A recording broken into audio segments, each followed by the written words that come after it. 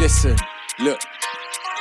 It's the informant, no snitch but I'm bringing the news. These talks are global pandemic, stolen no relics. Things have gone hell as children in Yemen walk in their shoes. The Black Lives Matter situation is sweeping the nation in ones and twos. Let's talk about the matter real closely. Let me get opinions and views. No snitch but I'm bringing the news. Welcome to our first episode of Bitesize Finance. We're going to be looking at a pretty big topic today, which is why can't we print more money? And to do that, we have to think about some big questions, all right? So we want to understand what is inflation, what is scarcity, and actually what would happen if you were just to print more money. So over this next 5-minute video, hopefully you're going to learn a thing or two about finance and why we just can't print more money. So what exactly is inflation?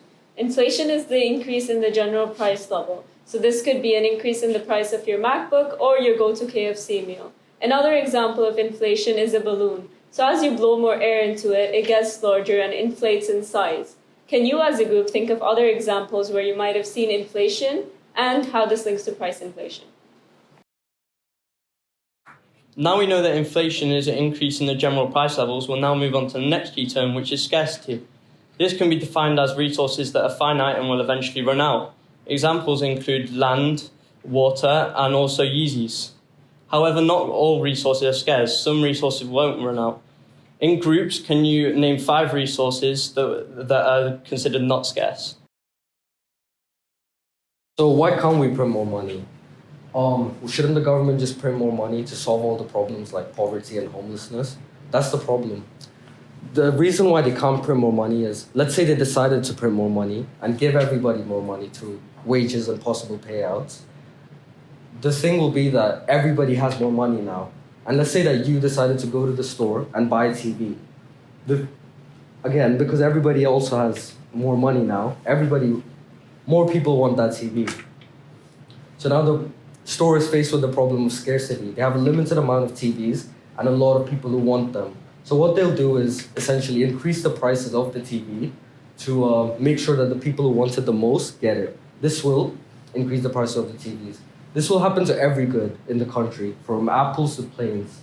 And this general increase in price levels will cause inflation and might even cause hyperinflation.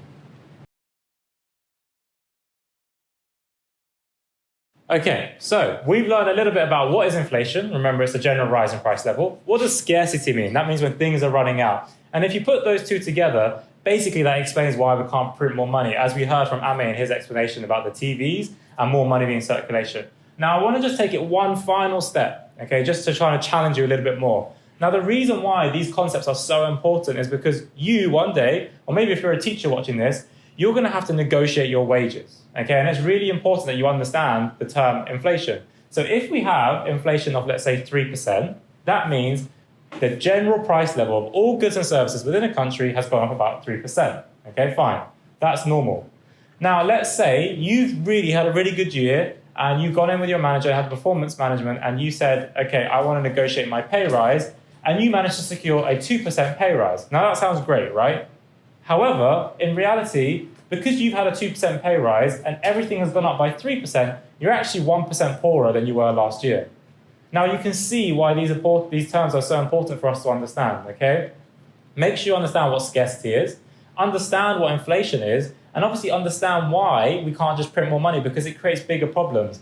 And if we all get more money and we all start buying more goods and services without, eliminating that issue of scarcity, we will just have a never-ending problem, like countries like Zimbabwe, Venezuela, Chile, etc. Okay? So, if you want any more information, please visit some of the links and watch some of the videos.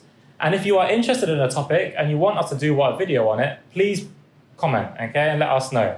Thanks for watching, guys. Have a great day.